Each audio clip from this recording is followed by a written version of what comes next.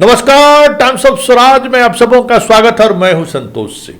और आज हम टाइम्स ऑफ स्वराज में चर्चा करने जा रहे हैं कि एसीएस एस सिद्धार्थ का शिक्षा विभाग के अपर मुख्य सचिव के रूप में 6 माह का कार्यकाल पूरा होने जा रहा है।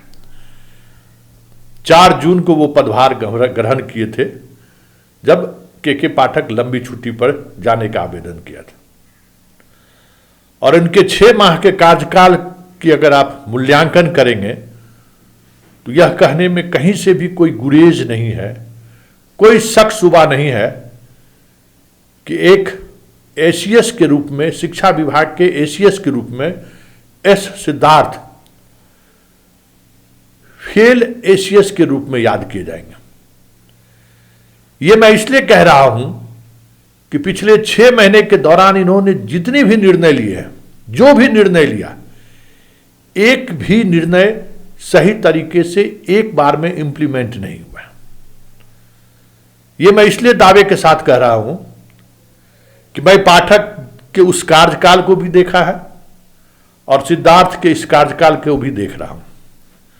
पदभार संभालते हैं इन्होंने के पाठक के तमाम फैसलों को एक एक करके बदल दिया और उसके बदले में इन्होंने जो जो फैसला लिया, आज तक उन फैसलों में सुधार ही हो रहा है या यूं कहें पटरी पर से उतर भी गया है। बात करिए 6 महीने के कार्यकाल का इनका, तो ये खुद स्वीकारते हैं कि शिक्षक गायब होना शुरू हो गया है। छात्रों अब स्कूल आना बंद कर दिया है। अब छात्रों की उपस्थिति 30 से 40% हो रहा है, जो पाठक के समय में 70 से 80% हो गया था। स्कूल में बैठने की जगह नहीं मिलती थी, अब वो बातें नहीं हैं। हायर स्कूल में तो साफ खाली हो चुका है, इंटरमीडिएट में तो बच्चे आ ही नहीं रहे। मैट्रिक में भी कमोबेश यही स्थिति है। नीचे में भी अब वो चीज़ें नहीं दिख रही हैं जो चीज़ें पाठक के समय में दिख रही थी। ये रिपोर्ट सर्वविदित है। भले आप 75% अटेंडेंस के आधार पर जो सरकार का जो डायरेक्ट बेनिफिट स्कीम है उसका लाभ आप भले दे रहे हैं, लेकिन सच्चाई यही है कि 75% अटेंडेंस वाले बच्चे बहुत कम रह गए। ऐसे शिक्षक जो पाठक के समय में दिल्ली, मुंबई, पटना छोड़कर उन्हें गांव जाना पड़ा था, अब वो फिर से अपने अपने जगह पर वापस लौट गए। ऐप में क्या समस्या है आप खुद देख रहे हैं कि आए दिन ऐप में कुछ न कुछ समस्याएं हो रही हैं, आए दिन सुधार हो रहा है, आए दिन नई नई व्यवस्थाएं की जा रही हैं। अब आप डबल व्यवस्था कर दी, सुबह में भी और शाम में भी। लेकिन सुबह और शाम के ऐप पर अटेंडेंस के सहारे वो आप रोक नहीं पाएंगे जिसको रोकने के लिए आप ऐप में सुबह और शाम की व्यवस्था आपने की है। हाँ, 10% 20% हो सकता है कि जो बाहर के शिक्षक हैं जो समय पर आते थे और 2 घंटे पहले चले जाते थे, 1 घंटे पहले चले जाते थे, अब उन्हें दिक्कत होगा। लेकिन फिर भी ऐप में अभी भी बहुत कुछ ऐसा है जो गुंजाइश बनता है। सवाल है कि 5 लाख शिक्षकों का ऐप का जो अटेंडेंस है उसका जांच करने का प्रोसेस पूरी तौर पर मैनुअल है, इसलिए संभव भी नहीं है। कहीं से कोई आइडेंटिफाई हो गए कि गंजी पहन के कोई फोटो खींच दिया, पकड़ा जाए, अलग बात। लेकिन फोटो सामने में रखकर ऐप में लोड कर रहा है, उसको पकड़ना बहुत मुश्किल है और पकड़ भी नहीं पा रहे। अक्टूबर में कहा गया था कि सैलरी कटेगी, सैलरी कटी तो फिर कहा नहीं, सैलरी अब नहीं काटिए, जितने दिन गायब रहेंगे, जैसे लेट आएंगे उसके हिसाब से आप छुट्टी उनका काउंट कर दीजिए। चलिए, मतलब लगातार खुद ये अपने फैसले को बदलते रहे। मतलब एक के पाठक और एस सिद्धार्थ में एक बड़ा फर्क है कि के पाठक एक बार फैसला उन्होंने लिया और उस फैसले को वीडियो कॉन्फ्रेंसिंग के माध्यम से लागू किया। अंडा देना है तो अंडा देना है। हर स्कूल में बेंच पहुंचाना है तो बेंच पहुंचाना है, चाहे उसमें घोटाला हो जाए, कुछ भी हो जाए, bench, desk, submersible, boundary, latrine, मतलब जो कुछ भी इंफ्रास्ट्रक्चर में हो सकता है, जो किसी स्कूल में किसी छात्र ने कितनी पीढ़ी छात्रों का उस स्कूल से गुजर गया होगा बेंच पर बैठे हुए, वहां पाठक ने बेंच जरूर पहुंचा दिया। और आप बनते ही आपने, जो स्वाभाविक तौर पर अराजकता हुई थी, लूट मचा था, आपने जांच बैठाई। 6 महीने बाद भी होने को है। जांच रिपोर्ट में क्या कार्रवाई हुई अभी तक पब्लिक डोमेन में कुछ भी नहीं आया। कई आरटीआई एक्टिविस्ट इसको लेकर आवेदन कर रखा है, सूचना मांग रखा है कि क्या कार्रवाई, आपने जो डीएम की अध्यक्षता में डीएम को जो आपने जांच कमेटी गठित करने को कहा, क्या हुआ। हाँ, मुझे दरभंगा के मामले में कार्रवाई हुई है, एक गोपालगंज में भी कार्रवाई हुई है, लेकिन दोनों की कार्रवाई की वजह अलग है। क्योंकि उस जांच रिपोर्ट को मैंने देखा है और उस जांच रिपोर्ट में जो बातें कही गई है वो साफ तौर पर लग रहा है कि जैसे सतही तौर पर जांच किया गया है। क्योंकि अगर जिला शिक्षा पदाधिकारी और स्थापना डीपीओ अगर जिम्मेवार हैं तो आखिर उन ठेकेदारों के खिलाफ कार्रवाई क्यों नहीं हुई जिन्होंने लूट मचाई है? उन हेडमास्टरों के खिलाफ क्यों नहीं कार्रवाई हुई जिन हेडमास्टर ने पेमेंट किया है? क्योंकि बहुत सारी चीज़ें साफ दिख रहा है कि एक खास उद्देश्य और एक खास लक्ष्य के तहत कार्रवाई हुई है और उस कार्रवाई का हमें नहीं लगता है कि राज्य के स्तर पर कोई असर होता हुआ दिख रहा है। तो वो पत्र आते ही आपने निर्गत किया, उस पत्र पर अभी तक अमल नहीं हुआ। ऐप को लेकर आए दिन समस्याएं हो रही है, ऐप का समाधान नहीं निकला। जो इंफ्रास्ट्रक्चर का जो काम जहां था वो वहीं रुक गया। किताब नहीं पहुंच पाए, बच्चों को बैग नहीं पहुंचा पाए, ड्रेस का पैसा भी जा रहा है। नियमित वेतन मिलने लगा था, अब वो वेतन में भी जो है सो समय लेना शुरू हो गया है। कई तरह की समस्याएं जो घंटों में उस समस्याओं का समाधान निकल जाता था, उस समस्या का समाधान भी अब नहीं निकल रहा है। शिक्षकों के इंक्रीमेंट का मसला हो, शिक्षकों के आवासीय भत्ता का मसला हो, सारे के सारे मामले पेंडिंग हैं। कोई जिला दे रहा है, कोई जिला नहीं दे रहा है, कोई जिला दे के वापस ले रहा है। मतलब एक रूपता कहीं भी पूरे स्टेट में देखने को नहीं मिल रहा है। उसकी वजह सिद्धार्थ आप खुद समझ सकते हैं कि जितना समय शिक्षा विभाग को की जरूरत है शायद आप उतना समय नहीं दे पा रहे। और स्वाभाविक तौर पर आप मुख्यमंत्री के भी प्रभार में हैं, उनके कामकाज का प्रभार आपके पास है, तो समय वक्त हमें लगता है कि उतना नहीं मिलता होगा। लेकिन वैसे आपके पास वक्त काफ़ी है घोड़सवारी करने के लिए, बुलेट पर सवारी करने के लिए, वो ट्रेन से जाने का वो सब वक्त है। मतलब वो आपका एक्स्ट्रा कैलकुलम है ना, उससे लगता है कि आपके पास वक्त है। और लेकिन वक्त का इस्तेमाल आप शिक्षा विभाग में कर रहे हैं, ऐसा होता हुआ दिख नहीं रहा। इसी तरीके से सक्षमता 1 का परीक्षा पास किए हुए कई 9 महीने हो गए ना। आप जून में चार्ज लिए, जून से उसके काउंसलिंग को लेकर प्रक्रियाएं धीरे धीरे प्रक्रिया हुई। जब काउंसलिंग हो गया, जो शिक्षक जहां थे, आपके एसीएस रहते हुए काउंसलिंग हुआ। उस काउंसलिंग के दौरान आपने कभी नहीं कहा कि इस काउंसलिंग के सहारे हम पोस्टिंग करने वाले नहीं हैं। काउंसलिंग हो गया, डॉक्यूमेंट्स वेरिफिकेशन हो गया।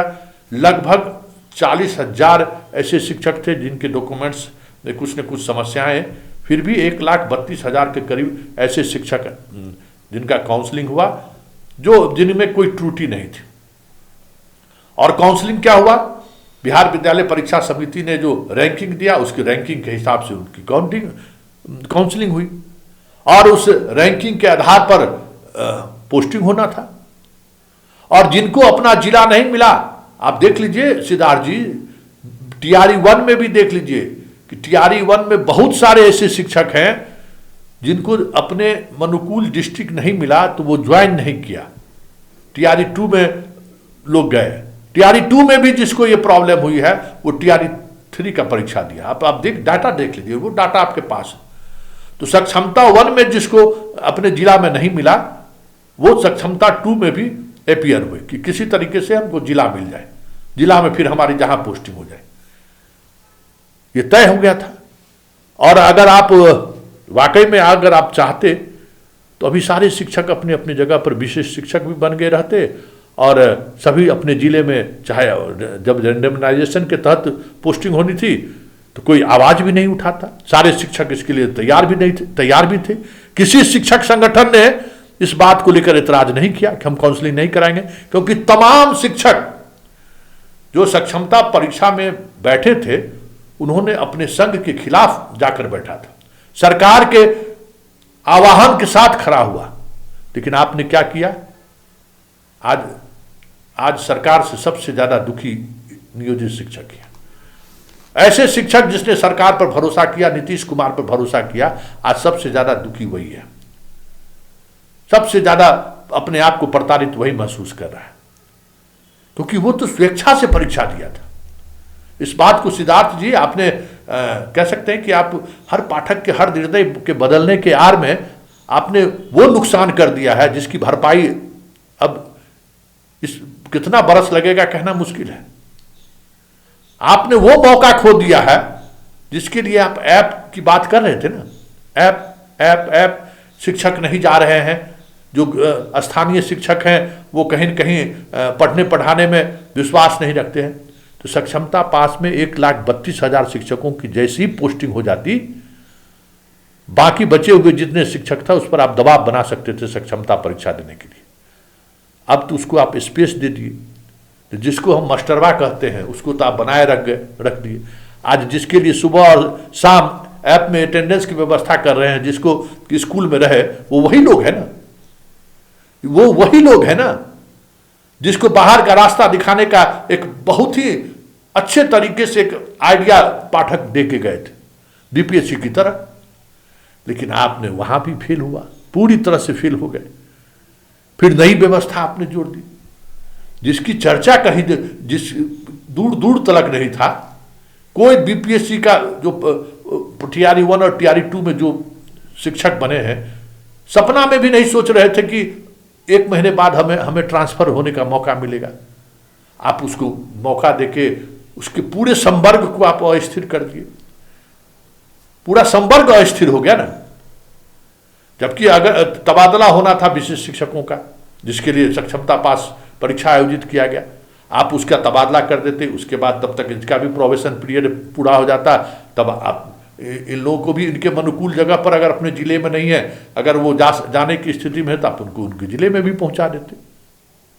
ये प्रोसेस अगर शुरू कर दिए रहते तो आज तो सक्षमता 2 की भी पोस्टिंग हो गई रहती ना।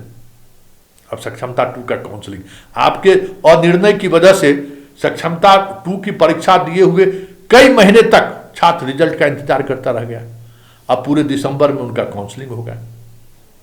फिर आप जो कह रहे हैं कि सारे सक्षमता परीक्षा 5 जब हो जाएगा तब फिर हम विशिष्ट शिक्षक का, हमें लगता है कि आपका मंशा वही है कि हम फिर ट्रांसफर पोस्टिंग करेंगे।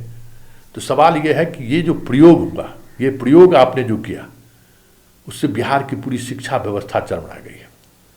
हर बीपीएससी के शिक्षक भी मानसिक तौर पर अपने आप को एडजस्ट करना शुरू कर दिया था जहां जिसकी पोस्टिंग थी, कि भाई 2-3 वर्ष तो हमें रहना पड़ेगा। वाकई में वो कष्ट में हैं, लेकिन उन्होंने मानसिक तौर पर तैयारी कर रखा था कि अभी फिलहाल हम, जब तक मेरा प्रोबेशन पीरियड है, मेरा तबादला नहीं होगा। क्या चंद लोगों के स्वार्थ की वजह से आप झुके नहीं हैं? आप पर चार्ज है मेरा। इस बिहार की 14 करोड़ जनता आपसे सवाल कर रही है कि आखिर बीपीएससी वाले में ऐसी क्या मजबूरी हुई कि आप सारे तबादलों को एक साथ जोड़ दिए और इसके कारण हाईकोर्ट में आपको मुंह खानी पड़ी। आप जितने निर्णय लिए, 4 बड़े निर्णय आपके हाईकोर्ट में हार्ड क्वेश्चन कर दिया पहले ही सुनवाई में। अब आप समझिए। तो इसलिए आपके पूरे कार्यकाल को, 6 महीने के पूरे कार्यकाल को, मेरे जैसे पत्रकार की तरफ से आपको फेल 0/0 नंबर, 0/0 1 नंबर भी देने की स्थिति में हम नहीं है। क्योंकि आप पूरी व्यवस्था को, जो व्यवस्था पटरी पर आने शुरू हो गई थी, फिर उसको आप वहीं पहुंचा दिए जहां से के पाठक ने एक सुधार की शुरुआत की थी। आप जरा आत्ममंथन कीजिए ना। आप मन की बात करते हैं, दिल की बात करते हैं, गर्मी छुट्टी दे देंगे। अरे गर्मी छुट्टी दे के आप एहसान कर रहे हैं। गर्मी छुट्टी तो उसको के पाठक पिछले बार काट लिया था, उसको तो देना ही देना है। बरसों बरस से, दशक से जब से गर्मी छुट्टी मिल रहा है, आपको देना है गर्मी छुट्टी। तो आप एसीएस के तौर पर नहीं, अपने पूरे कार्यकाल को आप गौर करिए कि 6 महीना में आपने बिहार के शिक्षा व्यवस्था में, गुणवत्तापूर्ण शिक्षा व्यवस्था में आपने क्या किया है। अभी पता है, अभी आपके अधिकांश शिक्षक पैक्स चुनाव में लगे हुए हैं। अधिकांश शिक्षक अभी प्रशिक्षण में हैं और इंटर और मैट्रिक की परीक्षा करा लिए और 30 तारीख तक इंटर का रिजल्ट भी ले लिए। एक भी कॉपी नहीं दिखाया है। सिद्धार्थ जी, हम आपको चैलेंज कर रहे हैं, आप चले जाइए, अगर आपको सच में आईना देखना है तो आप किसी भी स्कूल में चले जाइए, 12th और 10th का कॉपी दिखाया गया, देखा है कि नहीं, जरा उस एक कॉपी को उलट कर आप देख लीजिए। सबको अपने आप ऊपर से नंबर बैठा दिया गया, पता कर लीजिए, क्योंकि शिक्षक ही नहीं थे, शिक्षक ट्रेनिंग में गए हुए थे, चुनाव कराने गए थे। तो ये सारी चीजें ऐसी है सिद्धार्थ जी कि हाफ हार्टेड शिक्षा विभाग नहीं चल सकता है। शिक्षा विभाग को चलाने के लिए पूरी तौर पर आपको समर्पित होना पड़ेगा, और जो निर्णय ले रहे हैं उस निर्णय पर आपको अडिग रहेगा। इस सहानुभूतिपूर्वक कौन सी विचार कर रहे हैं? शिक्षक और सहानुभूतिपूर्वक विचार कीजिएगा तो चलेगा शिक्षा व्यवस्था है? वो तो सब गनीमत समझिए कि के पाठक तमाम यूनियन को ध्वस्त कर दिया, नहीं तो आप चला लेते क्या? जिस तरीके से आप रोज फैसला बदलते हैं, रोज निर्णय बदलते हैं, आप चलाने की स्थिति में हैं? चला पाएंगे? जरा सोचिए ना, आपके पूरी कवायद को सीएम ने खारिज कर दिया। जरा आप सोचिए, पाठक के हर निर्णय के साथ सीएम खड़े रहे, चाहे वो गलत हो या सही हो। एक बात समझिए सिद्धार्थ जी, आप सीएम के, पाठक कभी सीएम के करीब, मतलब सीएम के यहां नहीं रहे नौकरी के, मतलब उनके प्रधान सचिव के रूप में या उनके आप सचिव के रूप में कभी पाठक नहीं रहे। लेकिन जब तक पाठक शिक्षा विभाग में रहे, अपमान का घूंट पीकर ही सही नीतीश कुमार पाठक के साथ खड़े रहे। मुख्यमंत्री सदन में घोषणा करता है कि भाई 10 से 4, और उसके इंप्लीमेंट होने में आप 10 महीने लगाए थे। तो वो पाठक का दौर था, इसलिए पाठक ने नहीं किया तो सीएम उसको नजरअंदाज कर दिए, क्योंकि लक्ष्य सीएम का कुछ और था, उससे बड़ा लक्ष्य था। इसलिए पाठक के हर निर्णय को, ऐसे निर्णय को सीएम ने नजरअंदाज करने की कोशिश की, जिससे फिलहाल गवर्नेंस को लेकर कोई समस्याएं नहीं खड़ी हो रही होगी। आप क्या किया? आपको भी तो वही स्वतंत्रता मिली हुई है आपको तो, लेकिन आपने जो भी निर्णय लिया, सीएम पूरी तौर पर उस निर्णय को 1 मिनट में खारिज कर दिया। 1 मिनट में आपके पूरे तबादले को लेकर जो भी आप नियमावली बनाए, जो भी आपने नोटिफिकेशन किया, 1 मिनट में खारिज कर दिया ना। फिर आप उसी को लेकर आगे बढ़े। सुबह से ही लोग फोन कर रहे हैं कि सर ऐप तो 12 बजे के बाद ओपन हो जाएगा, 12 बजे के बाद भी ओपन नहीं हुआ है। फिर पता नहीं इसमें भी क्या क्या समस्या आएगी, मुझे नहीं मालूम, क्योंकि आप खुद देखिए ना, जो नियमावली आपने जो बनी हुई थी पाठक का, उसके बिहाफ में आपने जो संकल्प लाया उसमें क्या था, संकल्प के बाद आपने जो नोटिफिकेशन लाया उस नोटिफिकेशन में क्या था, फिर जो ऐप में आया उसमें क्या, तीनों चीज। ऐसा भी कहीं होता है, और ऐसा तभी होता है जब अनुभव की कमी होती है। ऐसा तभी होता है जब व्यक्ति काम निर्णय लेता है, उसके बाद प्रयोग करना शुरू करता है। अच्छा निर्णय ले लिए हैं, ये काम करना है, इसमें अरे ये नहीं हो रहा है, अच्छा ये सुधार कर दो, अच्छा सर ये भी नहीं हो रहा है, अच्छा इसको भी बदल दो। ये अपरिपक्वता का परिचायक है। ये कोई अपरिपक्व व्यक्ति ही इस तरीके से अपने हर निर्णय में जो कोई हडल आया तो हाँ इसको बदल दो बदल दो बदल दो, और बदलते बदलते पूरा जो मूल चीज था ना वही बदल गया। आम को इमली मत होने दीजिए सिद्धार्थ जी। तो आप अपने 6 महीने के कार्यकाल को आपने देखिए, न गुणवत्तापूर्ण शिक्षा में कोई सुधार हुआ है, न शिक्षक अब स्कूल जाने में कोई सुधार हुआ है, न बच्चों के पढ़ाई में कोई व्यवस्था में कोई सुधार हुआ, और सब ये सब डिटोरेट किया है। छात्रों की उपस्थिति अब पहले जैसी नहीं रही। जो जांच के सप्ताह में 1 दिन जिसको जांच करने के लिए भेज रहे हैं, पता करिए कितना टीचर को जांच करने के लिए जा रहे हैं। सब अपने बीआरसी में बैठ के 10 जांच रिपोर्ट मंगवा ले रहा है। तो ये है, इसलिए सिद्धार्थ जी शिक्षा विभाग की चर्चा आज इसलिए हो रही है कि के पाठक उसके एसीएस थे। शिक्षा विभाग की चर्चा आज भी इसलिए हो रही है कि के पाठक ने जो दिखाया कि शिक्षा विभाग को भी पटरी पर लाया जा सकता है, इसलिए आज भी चर्चा में है।